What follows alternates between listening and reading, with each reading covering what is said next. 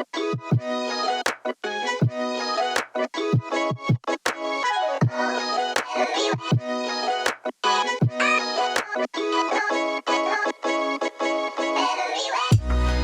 are listening to the Compass Podcast. We navigate people to God each week by discussing the latest message from our series and hope you find the encouragement through the conversation. Well, welcome to the Compass Podcast. We are here for week 2 of our series At the Movies, where we watched and discussed the Jesus Revolution film, which was so good. And here with me today are 2 very special guests to discuss the film and the message from Sunday with me. We have the Phillip Kemp, and Phillip Kemp is our local outreach pastor here at Compass, and along with him is Nathan Lewis, who's our discipleship pastor here at Compass. And Nathan, I mean, you oversee some community group stuff and resourcing them. You oversee our Rooted experience, which across all campuses. Indeed. Which is a really big deal. And Phillip, you oversee, since you're local outreach, all of our local mission partners, and you get to see what God is doing outside of these walls.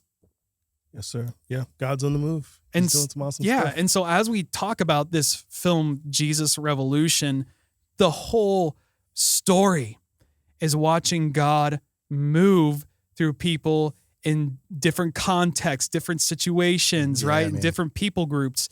And so I feel like you guys have just such an incredible take on what God is doing, not just here at Compass, but what's happening locally and nationally, Right. Yes. For Compass and some of our mission partners as well. And so I'm really glad that you guys are here to discuss this film with me. Well, dude, thanks for having us, man. I'm crazy excited about this. I got to be really honest. This is my first podcast. Is that really? Ever. No way. Yeah. Both of you? Yeah. Oh, yeah. Oh my gosh. This is really exciting. Yeah. I didn't even know that before I chose Yeah. both. I was like, man, these are 2 perfect people for this. Thanks, So man. I'm really excited that you guys are here Same. for this experience. Now, if you haven't seen Jesus Revolution, maybe you listened to the message and you were like, yeah, this film sounds really good. I'm just going to get you really caught up if you're listening right now. So Jesus Revolution is such a great film because it's this compelling film that recounts the remarkable story. It's a true story of these 3 pastors. There's Greg Laurie, there's Lonnie Frisbee, and there's Chuck Smith. Now, if you don't know who Greg Laurie is, he's the lead pastor of Harvest Christian Fellowship in California, which is one of the largest churches in America. And I think their numbers, they're running like 15,000 people. It's a bajillion and a half people a It's week. a ton. And he also runs what's called the Harvest Crusades. I've never heard of Harvest Crusades before. Same. You guys don't know? You've never heard of this? No, I had never heard of it Listen, before I looked listen it to up. this. Harvest Crusades, they've been going on for over 30 years. Greg Laurie leads this. They've had over 6 million people around the world attend. Wow. They've had over 530,000 decisions. God. And an additional 45,000 decisions online for people watching through their simulcast. That's insane. Isn't that nuts? I've never heard of this. And now I want to watch one. Yeah. They've got like all these incredible speakers. This whole film follows Greg Laurie's story and conversion to faith, right? So it takes place during these very transformative eras of the 60s and 70s that really is defined by these countercultural movements. Yeah. You had like rock and roll. You have, it's kind of this whole concept of radical love going on, right? And also people searching for faith. This film really explores how these individuals sort of, become instruments of this powerful revival that reshaped the world. And why it was so important for me to see this film. And I waited a long time to see it. I really wanted to watch it right before we had this podcast. So did you guys watch it recently too? Had you seen it in the theater? No, I watched it recently. You watched it recently? Yeah, I think I watched it a couple of days before yesterday's message. Okay, yeah, right on. Knowing that we were going to do the podcast, because I was really hesitant to watch it. Yeah, to be honest, like I don't do the Christian movies because I always have an aversion to those. Yeah. But every single time we do this series at the movies, I'm always like, oh yeah, I haven't seen that movie yet. And then they end up doing it like they did yesterday, at all of our campuses. And then I'm like, oh, I need to see that movie. It's just And so thank you good. for having us on this podcast so that I could see it for the first time, like actually before they do it. It's actually really well done. It was very well done. Very well done. Yeah. Nathan, I share the same sentiment. At first, I was like, oh, it's going to be that Christian movie. Yes. Oh, it's going to be so horrible. Or, you have the other side where they're bashing Christianity. Mm-hmm. But afterwards, I was like, bam, wow. So good. So good. And for me, it meant a lot because part of my story is with Vineyard, is with the Vineyard movement. So I went, I grew up in the Restoration Church, but I ended up transitioning into a kind of a period of like, what else is out there, and I ended up in the Vineyard movement and had profound spiritual impact in my life. It was the first time I was exposed to healing. Yeah. I was exposed to those sorts of things. So I ended up going through Vineyard Leadership Institute for 3 years and graduated from that after Bible college. But I learned and knew guys who knew Lonnie Frisbee personally and, John Wember, who was really the founder of the Vineyard movement with Lonnie. And the impact the Vineyard has had on my life has been extremely profound. So watching this for me, I got real emotional because I was like, yeah, I know people who were impacted by this movement in California that ended up going and planting Vineyard churches and having this same sort of impact on their communities. Right? Yeah. It wasn't just a story. It was real and tangible. It was real tangible. Yeah. And that church, Vineyard Columbus was what it was called. It's the largest Vineyard church. Has 128 nations represented in that church. Wow. That's bananas. 128 nations. And is a church of just extreme prayer. That's and so good. It's just amazing. And that's because that's kind of the foundation of Vineyard, right? Is prayer. Right. And being a praying movement. Yeah. And something I found really interesting about the making of this film is that one of the producers of Jesus Revolution said that a pastor from the Jesus movement was there on set and started baptizing people while they were. Did you hear about that? Yeah, it started baptizing people that were working on the film that decided, I need to go ahead and do this. And I guess they got some footage of it. That's what it sounded like. But I know there was a guy there baptizing people that were working on the film. So heck yeah, isn't that so cool? That's so cool. But man, I would love to hear your guys. What were your? I mean, you already said it was a quality film. Right. It kind of exceeded your expectations. I mean, what were your kind of like initial thoughts and impressions after watching the film, and what aspects of the film stood out to you guys the most? At first, I thought, man, in the very beginning, I was like, man, this is kind of a wild ride. Like, I'm not sure what to expect. And afterwards, I'm like, man, this is real. Yeah. Like, with some movies, you see that it's all positive. It's all positive. But you would take this ride where you see the realness of the Christian journey, the good, the bad, the ugly, the transformation. Yes. And I was just really blown away and how they captured it. It was really well done. Yeah, that's well said. What about you, Nate? I had that same kind of thought process and reaction. Like it was very moving the entire time. Like just to watch it. It was, I was fighting back tears a lot of the time. Because again, like we said earlier, like I was very hesitant and this is going to be some cheesy Christian movie and I don't want this, but it was very well done. But the part that stood out to me was that it wasn't just like all unicorns and rainbows about like, look at this Jesus movement and the Jesus revolution and everything is great if you follow Jesus and everything. But like the rift between Chuck and Lonnie towards the end and whatnot was like, oh my gosh, man, that's real. Right. Like, especially with all of the podcasts and the stories that we've seen of pastors and whatnot, falling out of grace the last several years and whatnot. Like I was very appreciative of that in an odd way because it made it more real. Like Phil said, I'm 100% agreement. Yeah. With the story, as we said, follows these three pastors, Greg Laurie, Lonnie Frisbee and Chuck Smith, who, Chuck Smith in the movie is a pastor that invites Lonnie in and begins to see his transformation. And I guess what pastor's journey, if you had to choose one, which pastor's journey resonated with you the most and why? For me, if I'm being completely transparent, it was Chuck Smith. He kind of seemed a little stiff. Change didn't come easy. And I felt that, I've been in faith for a long time. I grew up as a pastor's kid. and stuff like that. But you could see his transformation, the softening of his heart and stuff like that. So if I'm being honest, yeah, it is Chuck Smith. What about That's you, Nathan? good. Mine was Greg. Yeah. Because of his search for something true. I like Phil. I grew up in the church as well too. I'm a pastor's kid, and so church has just always kind of been there. But I remember, a lot of my high school years, a lot of my college years, and even after that, if I'm really honest, I just was searching for something to be a part of that was real. Like there's a line when Greg first finds like the church and comes to the church, and he's there with Kathy and everything. And he goes up to her. He ends up walking out, and he ends up saying he goes out, and she like grabs him or whatever, and he goes, "I just can't be let down again. Yeah. What if it's just another high? Like it's just another drug?"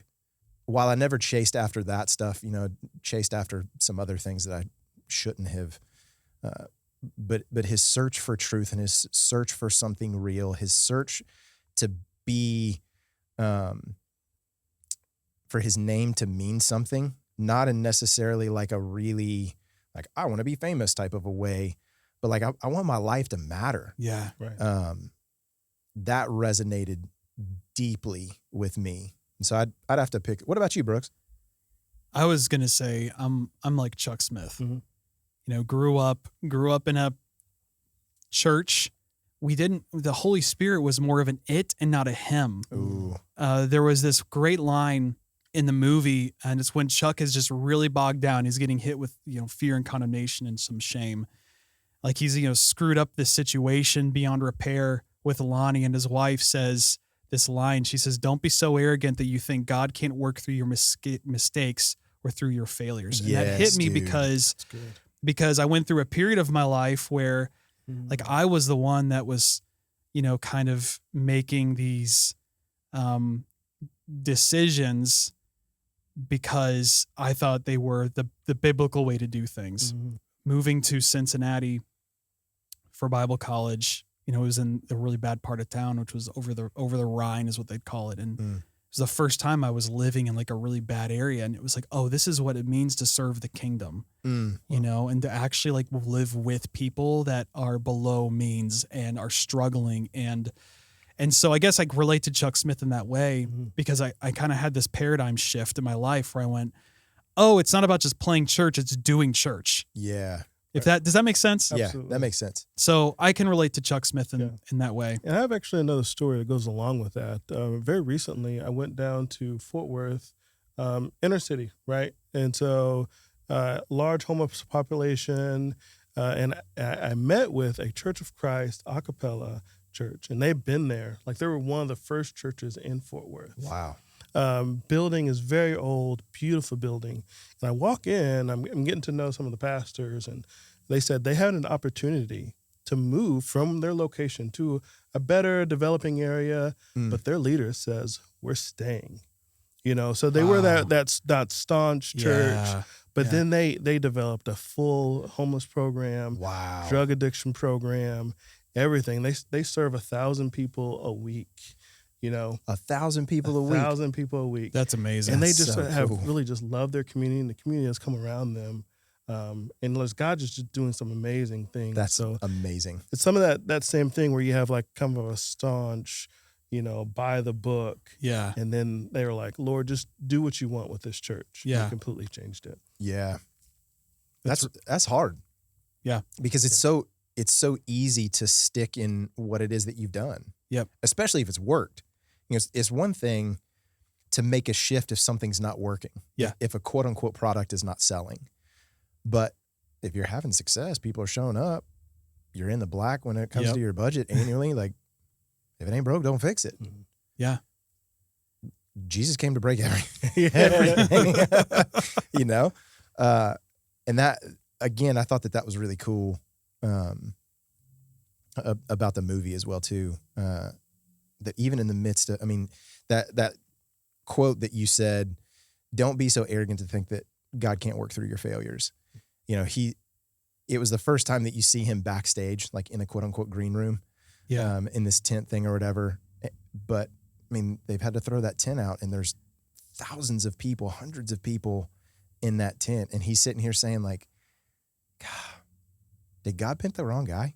Yeah. And still having those doubts, as opposed to like, well, Chuck Smith was just the man and he just knew exactly what he was doing, and it was just up and to the right all the time. But I mean, yeah, that's real. It takes a lot to have to admit that like what you thought was not correct. Yeah. Especially when you were somebody who was trying to be really well-meaning. Mm-hmm. You know, whether it's theology, whether it's, you know, how you view scripture and those sorts of things, and, you know, how you treat people. It's like when you realize, when you are self-aware, I think, and you humble yourself and you look back and go, man, I was wrong about that. Well, I think you hit it on the head too. That the shift there was the humility. Yeah. With Chuck, you know, I mean, because at the beginning of the whole thing, he was like, they need a bath, you know. Yeah, that's right. And that whole day, and but he had to. I mean, he's a pastor of like I said, wasn't a big, huge church, but they didn't struggle. Yeah. He provided for his family. Everything was going good enough. Okay. Yeah, Right. good enough to like, you don't need to upset the apple cart type of a thing. But he was humble enough to sit down there and listen to Lonnie and just be like, oh, Yeah. man, maybe what I have known isn't what I thought it was.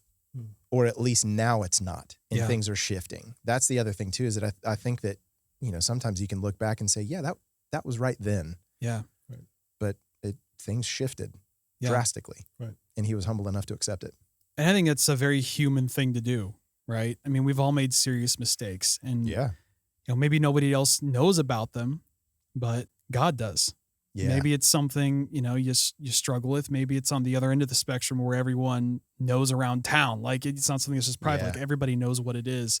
I think the reality is the enemy putting this idea that you aren't good enough or that God can't do great things through you is a lie from the enemy.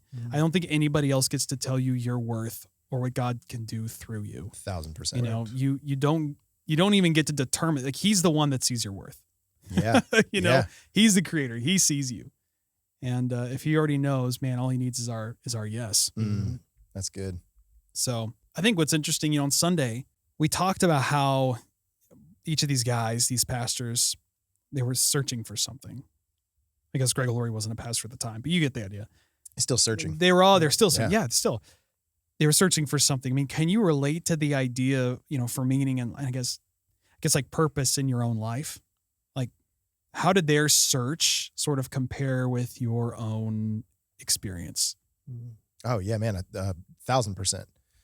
I think one of the things that Lonnie ends up saying to Chuck at one point in time when he's sitting at his kitchen table is he goes, if you look with love, you'll see a bunch of kids that are searching for all the right things.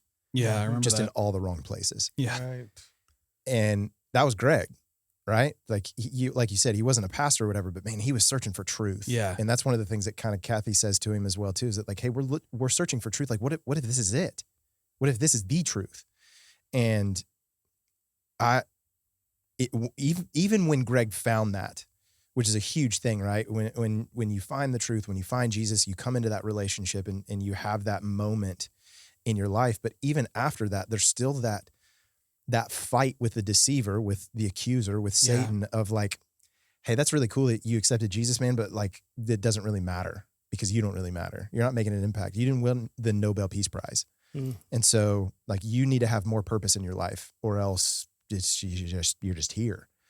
And so that, I think that was Greg's search. And that kind of like what I said earlier, that's what resonated with me. Like, I may not be the most famous person in the whole wide world and people may never know my name, and that's completely okay, but I still want my life to matter. Like I want to have an impact on this world. And so his search for that, their search for being in line with God's will and God's kingdom is something that I searched for a long, long time before I actually became a pastor. But it's something that I still honestly have to fight with every single day of my life, like rolling into the office. And it's really great whenever you baptize 1,000 some odd people in Pirates Cove, like in the movie type of a deal. But dude, when you get that phone call and you get reamed by some parent as a student pastor, or when you have to read through that email that somebody zipped off about something that's insignificant, when somebody walks into your office and says they're messing up the shag carpet, is what I'm doing, does that really matter? And so I resonate so deeply with that of what's my purpose? Do I matter? What is it? I know that I'm worth Jesus dying, and I know that in my heart and in my head and in my soul. But what does that look like on a daily basis? That's a struggle that I wrestle with all the time. Mm-hmm. I agree with you too, Nathan. If you look online, like the number one topic for books is, what's my purpose? What is my meaning? Right? And I know in my heart that God gives us purpose and meaning. I try to live that out. But you have those times where you're like, can I be doing more? Yeah. Is there a next step? And you get tricked by the devil and thinking, oh yeah, I can go and do this. And then it becomes your own mission, and all of a sudden you're deceived and you're trying to lead something. And whenever you need to stay within God's grace and God's calling for you. Yeah. And so I've kind of been deceived by that. I'm just thinking of this now because we talked about comfort being this potential sort of obstacle to growth and change, right? Yeah. You guys are talking about the seasons that you've been through and how you're constantly sort of like growing and trying to hear from the Lord and what's next and where you're going, right? But there's challenges with that in saying yes to the mission that you have now, right? Can you maybe share a personal story of a time when you had to step out of your comfort zone for spiritual growth, or maybe it's to help others? Yeah, I can remember a time, me and my wife, we were just coming out of college, and we're looking, what are we going to do next, right? We're trying to figure out what God has called us to do. And God had called us to the mission field, and completely scared out of our minds. But we really felt like this was something that God was calling us to do. And so Sarah and I, we took a mission trip just to kind of check it out. We went to India, and we were able to meet with some pastors there. And what we learned is some of these pastors were giving their lives for the faith, and I wanted to understand that love for Christ, that they would give everything on their life. I put everything on the line. And so whenever Sarah and I came back to the States, we're like, let's dedicate our lives to being missionaries, Wow. And so we tried to go out and do that. We did our fundraising and did amazing stuff. In the end, we didn't have enough funds, and we were just kind of reaching out to the Lord and really stretched our faith, because we had to ask the Lord, hey, we have nothing. Lord, will you provide? Ooh. And it just completely changed the way we live. Bro, how do you deal with that when you dedicate your life to something like that? You're like, you know what? We're going to dedicate ourselves to being missionaries, and we're going to go full bore into this plan that we feel like God has called us to. And then you run face first into a brick wall like that. Like, how do you deal with that? It's a great question. I don't know. And that's the beauty of it. I think you continue to trust God and just give it to him. But I think majority of the time we don't know where we're going. Yeah, we that's just true. say, hey, Lord, I'm good. walking out on faith. Yeah. Catch me. Yeah. And sometimes it's the response, right? Like sometimes it's just God's looking for the response. Like, here I am, send me. Ah, very good. Very cool. Let's go over here. Yeah. No, I said send me. Yeah. Now, how do you, real quick, how do you know when God is calling you to something, to take a next step, to move forward? We've got baptism. We just had really baptism week, and there may be people listening that didn't go still forward, wrestling with that decision. Yeah. that are still wrestling with that decision. So how do you know when that is the next step for you to take? Maybe God's calling you to that. I would say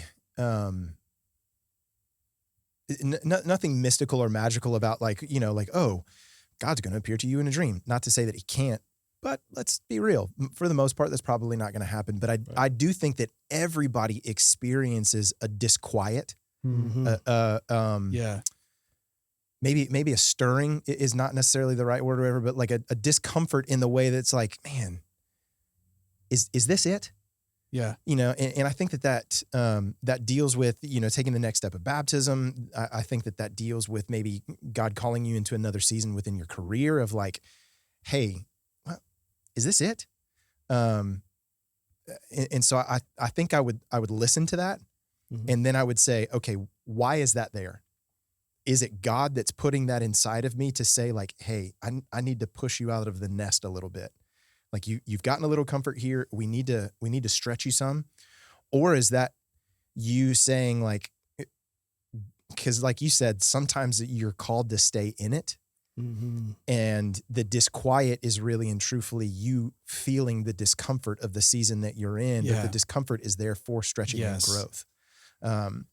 But I think you first have to acknowledge the fact that there's something inside of you that's causing you to ask that question. And then you have to just really and truthfully wrestle and be open to the fact that God is doing it for some reason. And so, God, what is that reason? And it may not be a clear-cut answer. Kind of like what Phil was saying, like you have to say, okay, whatever you have for me. Which is a very uncomfortable thing. Oh, it's so dumb. To have to go through. It's so true, dumb. Isn't it? And that's, again, a big theme of this whole movie was being uncomfortable, right? Yeah. That film highlights the importance of being uncomfortable for the sake of a revolution. Yeah. Mm-hmm. So, man, can you guys share maybe a time in which you had to embrace discomfort on your faith journey or your ministry? Yeah, I can remember a time. It's fairly recent. So me and my wife we had four biological children, and we wanted more kids. Yeah. And so we tried to venture fostering. We were looking into it. Really felt that was biblical. The Lord was really calling us to do that. And then we entered into fostering, and then it got hard. Like it got real hard. That's the understatement of like the next 5 years. Yeah, dude. It got really hard really quickly. And so, we wanted to adopt, and there was a moment in time where we thought, okay, if we adopt, our lives will there's no turning back from this. Yeah. Our lives will be completely different. And we have to accept that we may be uncomfortable for a long period of time. And we had to make a decision. Is this what we're going to do? Is this what God's calling us to do? And we just had to go forward. And it's hard, but God is so good. And he does such miraculous and awesome things through it that even if I was comfortable, I don't think I would have so much joy that I do like today, Tell me more about that.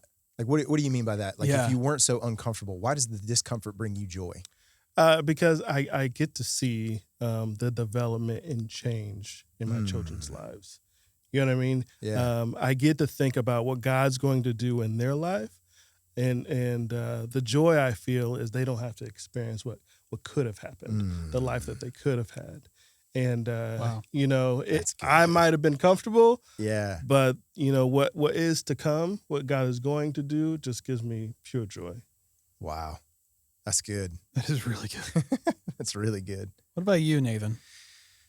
Oh, man. I feel like most of my moments of discomfort are times that God has kicked me out, like kicked me in the rear and shoved me out. One of the things that comes to my mind is, I ran away from the church for a long time in my life, and through the grace of God kind of brought me back into it. He obviously had plans and growing and developed me and all those different things. But it was kind of one of the missionary story things where like I went full throttle into this thing, student pastor, felt a stirring to go beyond where I was and really try to kind of grow myself and whatnot. So moved to a church in North Carolina to be a campus pastor.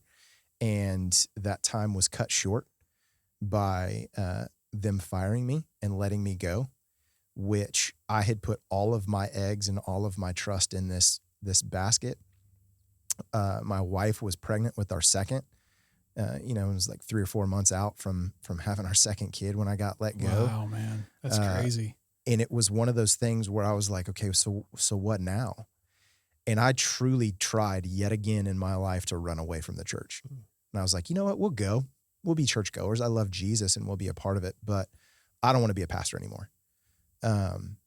So I went to a Starbucks around the corner and applied to like 50 or 60 different jobs, all of them anything but ministry. But there were 2 jobs that came across our desk, our table, so to speak, that were church jobs that I was like, well, I mean, if I'm going to be fair, I should probably just cover all of my bases, right? Just to see. And I only got a call back from 2 jobs, and it were both the churches. And so it was one of those things where I'm really, really dense. And so God has to literally shove me out sometimes to be like, you are a moron. Let me make this completely obvious to you. I can absolutely relate to this, Nathan. And so I feel like those are the times for me that he really stretches me in the discomfort, that I try to have everything figured out on my own. And he's like, yeah, no, we're going to do this over here. And it inevitably, shockingly enough, it always works out. So that's probably one of the times that comes to mind the most, man. And it wasn't even necessarily of my own volition. It's kind of funny how when you're in a position of desperation. Yeah. I don't like that word. Yeah. No, but that's sometimes where God shows up. All the Moments time. of desperation. Yeah. Yeah. You know, and it's funny because that's like Greg's journey. You know, his journey leads him sort of further into like the sex, the drugs, the rock and roll, right? And, you know, look at Chuck too. Like Chuck's desperation kind of pushed him to change and open the church to those hippies, which, by the way, you mentioned earlier, Nathan, that scene where they talked about how they were bringing in dirt on the carpet. Yeah, they're messing up the new shag carpet. Yeah, shag carpet. Dude, R.I.P. shag carpet. My favorite scene, I think, in that whole film was when it showed Chuck washing the feet of the hippies. Yes. Awesome. And I had like tears welling up, and I got kind of choked up when I watched that. I was like, oh my gosh, it's so beautiful. That's such a good picture and is so heartwarming. But at the same time, I was like, good for him. Yeah. Because he just freaking stuck it to him. Yeah. Like, that was such a Christian middle finger to those guys. I was like, oh, we're getting the shag carpet dirty. But you know what? Let me take care of that. Yeah. Like Jesus. Yes. But that, I think, was such a good picture of what happens to us when we respond to God and after moments of desperation. Oh, that's good, man. And, you know, so his desperation, I think, pushed him to change and then open the church to the hippies, right? Yeah. So I guess, how do you guys see the role of desperation in shaping, I guess, our choices and our actions? It's why I don't like the word desperation. Yeah. Because I feel like some of the greatest moments of our lives stem from desperation. Because I think that, especially for us in the Western American Christian church, we are well off. We do great. We survive. We don't get persecuted on a regular basis outside of the typical Facebook rant. So we actually have it fairly decent over here. Yeah. But comfort just does not bring about change. It really doesn't. It's hard. And so when God wants to do something in you, and I think that we see this throughout Scripture, we see a moment of like bare bottom. Like, I'm at the bottom of the barrel. I cannot do this anymore. I am tired. I'm desperate. I'm done. You know, I think of Elijah, like, there's no one else but me. I am by myself. Dude, you literally just burned an entire mountain and defeated all of these people. And now the very next chapter, the very next page, you're like, I'm just the worst in the whole wide world and I just want to die. Yeah.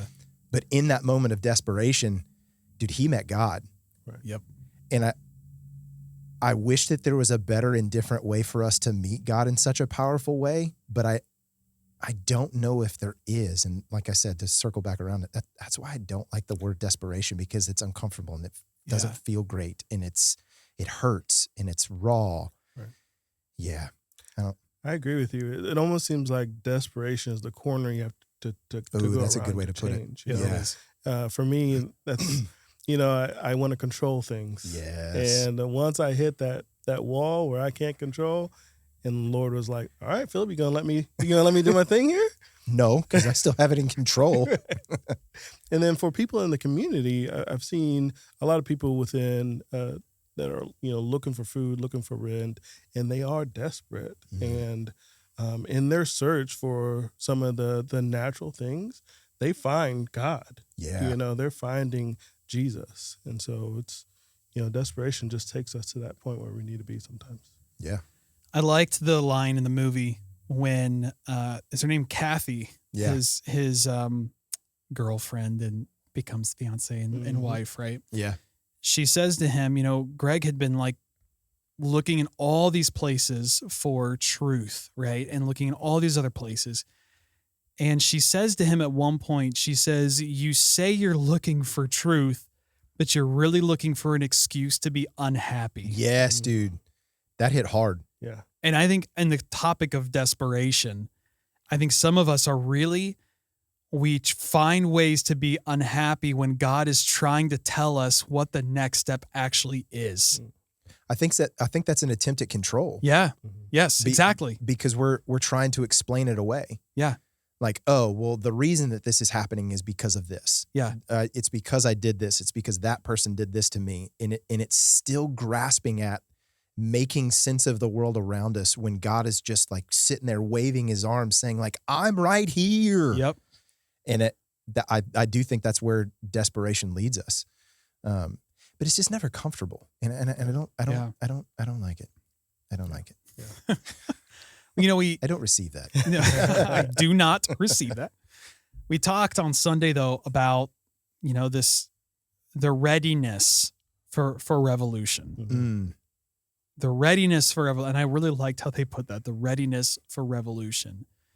And it was just kind of making me think about, the steps that we can take, not just as pastors, but as believers in our neighborhoods, in our communities. Like what steps can someone take, to become more open to experiencing sort of a spiritual revolution in their own life? Like if somebody that's listening right now is looking for that in their life, what steps can they kind of take to experience this revolution in their life? I'm going to take this because Yeah, I'm 1000%, yes. super excited about it. I mean, if I'm starting to think about, what if we were ready for a revolution? Yeah, What if man. we got excited about that? And I think it really encompasses everything we've talked about. How do we let go? How do we not always run towards comfort? Yeah. What if we were radically giving? What if we were radically serving? What if we ran towards the things that God talks about? And for people who are not Christians, what if we really just dived in and see what God is about, what Jesus is about, what he's offering, how he can change our lives, how he can change our hearts? You know what I mean? It's just really exciting when you thinking about it. Yeah. Man, I do think that it starts with humbling ourselves. Yeah. To fully realize that the thing that you're searching for, you can't find on your own. If that makes sense. Yes. Now that I just said that out loud, I'm like, does that make sense? You're dumb. But I think a lot of times we feel like we can work real hard at it. You know? The idea that like everybody wants a revolution, but a lot of times everybody's real hesitant to put the work in for what a revolution takes. It takes discomfort. It takes desperation. It takes hard work. It takes all of those different things. But at the same time, the type of revolution that we're all hungry and thirsty for is a revolution that we can't necessarily bring about on our own. And so we have to realize that we can put in our work, but so much of that revolution is outside of our ability. Yeah. And I think that's where the humbleness comes in for those of us that are in the church world that like want to bring about that revolution. But for those of us that are searching for something different in their lives that maybe haven't met Jesus yet or whatever, to again realize that you can't do it on your own. That's good. That's a great point. I think it was a couple of weeks ago at the end of the Jesus Way series, some of our pastors said like, you can't die on the cross for you. You can't do that on your own. And so you have to humble yourself enough to say, I can't do it. Somebody else has got to do it for me. And it's not us in the church that do it for you. It's Jesus. As churchy and Sunday schooly of an answer that is, like, I think that's where it starts. That's where and I think that's the brilliance of the name, whether it, they named it the Jesus Revolution, tongue in cheek or whatever it is. It starts and ends with him. And we just get to be along for the ride. I love it. Only if we humble ourselves. Yeah. That's good. Humble yourself and get excited. Come on. Yeah, man. When you say yes to God, when you give him your yes, right, you can get excited about what he's going to do. We talked about baptism on Sunday, and we've mentioned it a little bit here, which is, this public declaration of faith, and is in itself, I can't think of a more revolutionary act. The whole film even centers on baptism, Pirates Cove, and baptism there, right? So I would love to hear you guys share your baptism experience and what it means to you all as Christians. Yeah. It was a special moment for me, but I don't think I fully grasped it because I was like 6 or 7 years old, 8 years old, something like that. Yeah. I didn't fully grasp the power of that moment for me until I was in my 20s and 30s. And it's such a surrender based upon, we talk a little bit about this in Rooted, the whole imagery of baptism for us today as Christians has the death, burial, and resurrection of Jesus attached to it. But Jesus gets baptized. And the question that I always had was like, why did Jesus get baptized? That's weird. Right. Because the death, burial, and resurrection hadn't happened yet. And so it goes all the way back to the Old Testament imagery of Israel passing through chaotic waters into new life. Right. You see that with Moses in the Red Sea. You see that with Joshua when they finally cross the Jordan into the promised land. You see that in the flood, even with Noah. The world passes through chaotic waters, and Noah's family passes through chaotic waters into new life. Like it's this imagery of leaving behind what it was that you had that was comfortable, to circle back around to what we've been talking about, into something new that God has called you to. And that's such a powerful physical declaration that I just think is so integral to somebody's faith journey, because it is putting yourself aside and saying, okay, everything that came before this brought me to this moment, but God has called me into something new. Wow. And I'm going to tell everybody else that he has something new for me and to join the ride with me. For me, I grew up, as a Christian, like I said before, my parents, but there was a period in time where I realized I was kind of a Christian because my parents were a Christian. Mm-hmm. Like I didn't accept Jesus for myself. Yeah. So even though I had gotten, saved and baptized as a kid, I had to mark this moment where I said, Jesus is mine and I'm going to have a relationship with him. And I did that with baptism. That's and I was kind of scared at first because I thought, what are my parents are going to think or anything like that. But I had a friend of mine that says, hey, just have courage, man. Just, have courage and just do it. And so I did. And so I want to, inspire anybody out there, just have courage. Yeah. Take that next step. Jesus completely transformed my life, and he'll do the same for you. Absolutely. That's a good word. How can listeners respond to this invitation, and take steps toward their own spiritual revolution? Man, I think reach out. Yeah.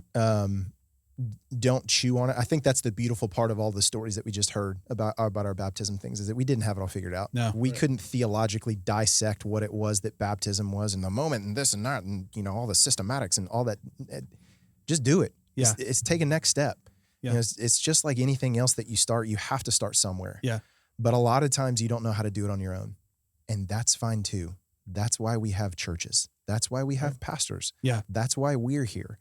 Reach out to us and let us know, and we will literally move heaven and earth to make it happen. Compass.church/baptism. You can go there as well and do that. Yeah. Just to add what Nathan said, come and ask questions. There's several times I've met with people and I'm like, hey, I'm going to set the next 2 hours. Let's just go. Let's Yeah. just talk about it. And if you want to get baptized, but we'll warm it up in like 2 seconds. And we'll Absolutely. We'll find a pool somewhere. We'll find a pool. We'll fill up in Ethiopia that thing all day long. Yeah. And we love to have coffee and food. So let's have some conversations. Pastors love to eat. Yeah, we do. Well, hey guys, thank you so much for joining us at the Compass Podcast. Love the conversation today. Great movie, great message on Sunday.